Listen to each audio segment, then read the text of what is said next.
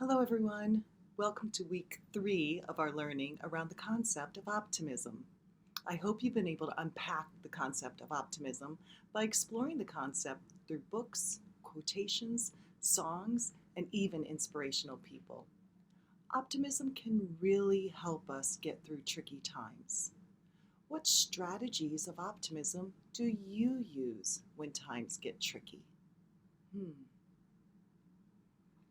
Turn and talk with a partner to hear your classmates' ideas and also to share your ideas.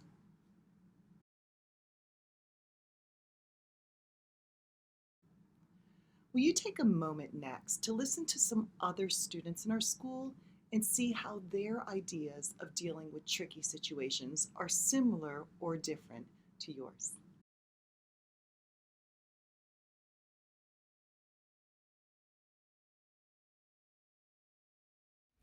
I actually try to smile a bit more. It tends to make my day a little bit better. I tell myself I can do it. I understand that COVID is there, so that's the dark side. But I should also think about like the bright side sometimes. Long, I go for a break and look at it in a different way.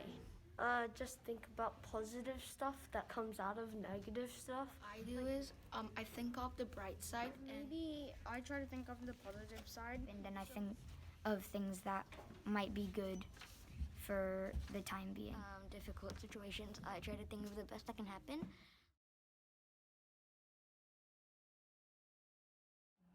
Even when things are tricky. Look on the bright side of things. Have hope for the future. Believe you have control over your own happiness.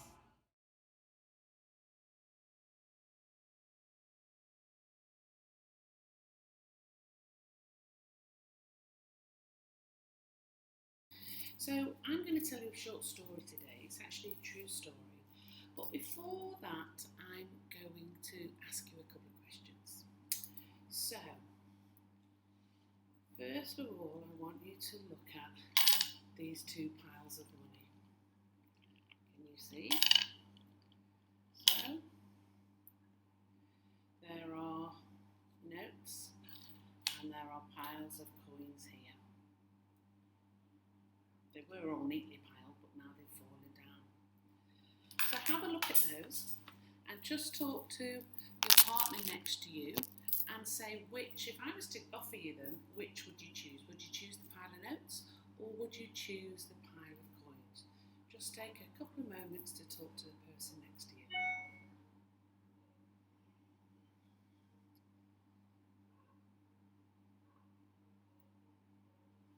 Okay.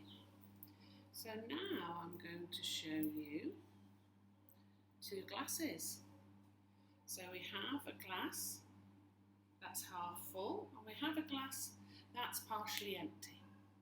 Again, if I was to offer these to you, which would you choose and why? So again, turn to your elbow partner and say which you would choose and why. This one is a green glass, this is clear, so you might want to choose from the green.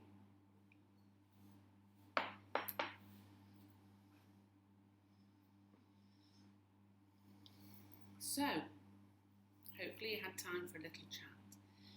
Now, you may or may not be surprised if I tell you that the money in notes and in coins is exactly the same amount.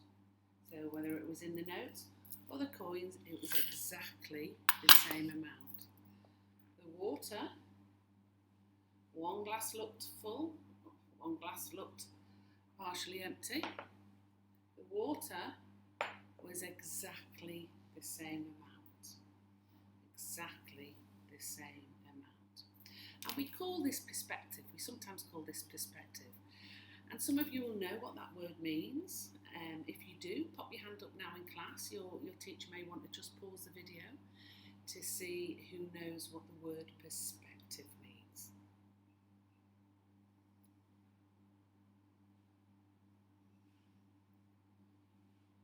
Okay, so another way of saying perspective is a point of view. So sometimes we look at things differently and we call that a point of view.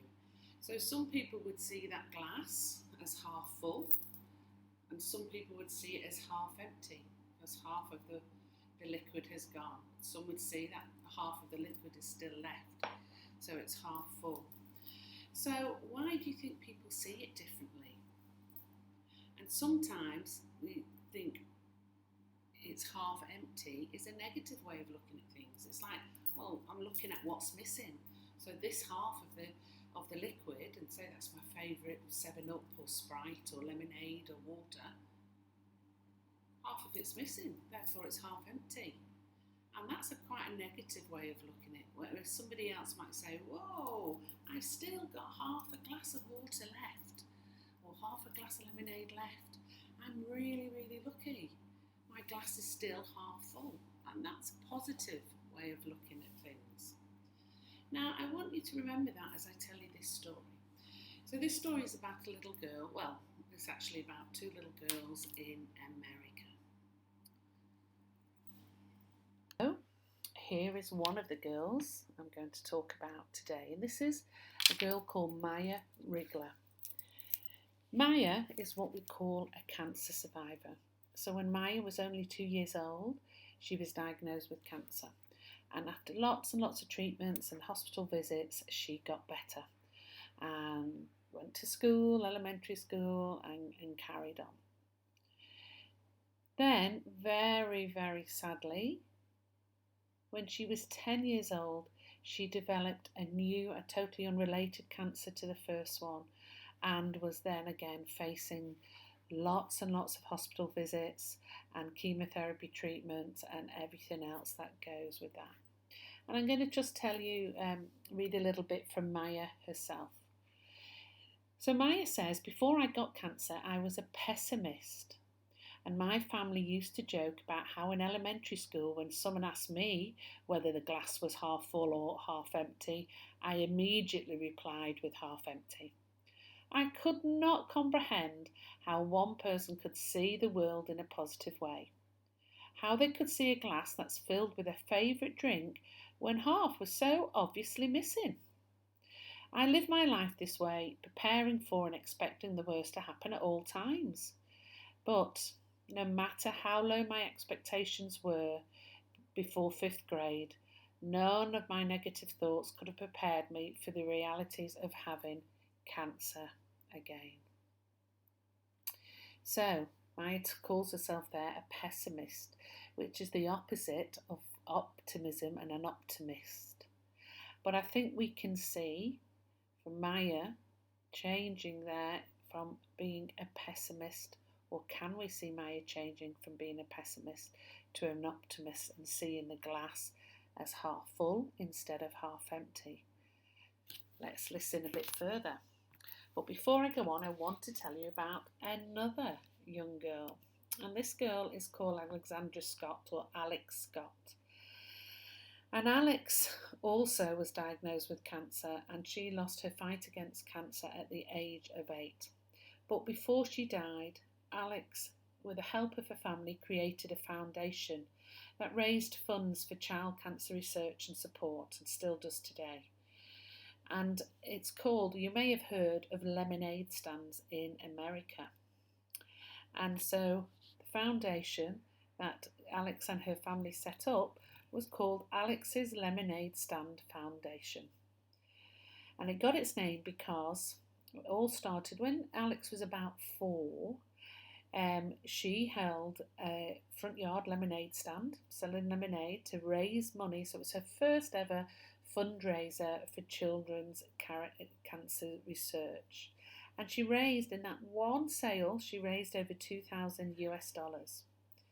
By the time that Alex died in 2004, she'd raised over $1 million and inspired a whole legacy of hopes and cures for childhood cancers. And that definitely shows that Alex was a glass half full type of person. She definitely was an optimist. And that Alex's Lemon Stands Foundation still carries on today, raising money into research. Now, back to Maya. And this is Maya today. And Maya says that after her second diagnosis, I suddenly found myself full of optimism. From the moment I was diagnosed, I lived with the notion that I'd survive. I never made a conscious decision to be positive. I just was because I had to be. I turned my haircut and losing my hair into a spa day, and trying to maintain my weight after such weight loss, I made that into like an endless eating of ice cream bars. And we laughed and told jokes as we went from one scan or one surgery or one round of chemotherapy to another. Every year in June, Maya and her family operate a lemonade stand in support of Alex's Lemonade Stand Foundation. And because of her cancer treatments, Maya needed help. Now, luckily for Maya, family and friends were generous with their donations, with their love and with their support. But Maya was still more interested in giving back than in feeling sorry for herself. Maya says she felt happy, but I didn't need people buying me a million presents, and started to feel bad because I didn't need all of that. So instead, Maya asked that anyone wanted to give gifts or money to donate it to a virtual Alex's Lemonade Stand that her family had set up one year after Maya couldn't do the actual lemonade stand in her front yard. After just 6 days of the virtual Alex's Lemonade Stand, Maya's virtual stand had raised more than $34,000. And Maya herself said it was overwhelming, but it feels so good to know we're helping other kids. Maya went on her virtual stand to raise over $100,000. And as you see in the picture, Maya here, she's 15 today, and it says, now I'm cancer free, I realise my optimism was my method of protecting myself. It was my version of survival mode. While positive thinking alone cannot cure cancer, attitude is critical to getting through. I chose to laugh in the face of cancer and to voice positivity as a show of strength in the face of the unknown. And Maya says she wants others to know that no matter what, you can make a meaningful difference by giving back. And as all of us know at UWC, when we engage in our service activities at a college, a local or global level, we are trying to give back and to actually help others as well. So I think you can tell that Maya is most definitely a glass half full sort of person, thinking about what she has and helping others rather than regretting or thinking about what she doesn't have.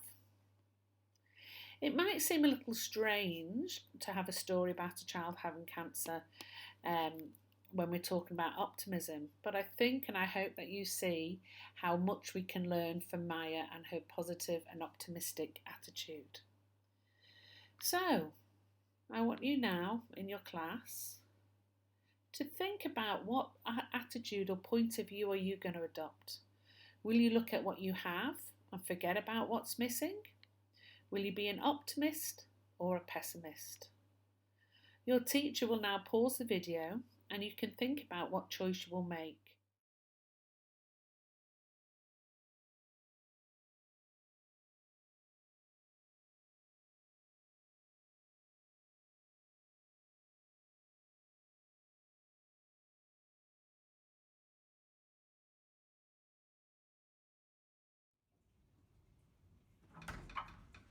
Oh, hey, Mr. Whitehouse. Hi, Miss Crew. What's going on? I've lost it. What have you lost? Optimism. Can't find it anywhere.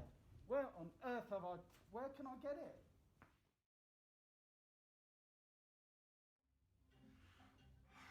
What's wrong, Mr. Whitehouse? I've lost optimism. Can't find it anywhere. What can I do? Well, when I lose optimism, I like to focus on gratitude.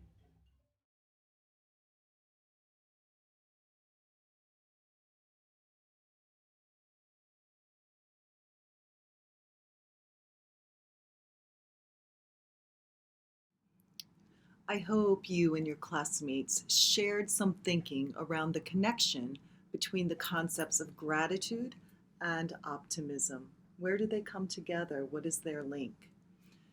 One thing I think about is sometimes practicing gratitude can actually change our perspective on a situation. Do you remember when Miss Pauline was reading about Maya and how Maya adjusted her perspective and started looking for the positive? She started thinking about a short haircut and she started thinking about eating ice cream. Practicing that strategy can really help you change that perspective to have a more positive attitude. So.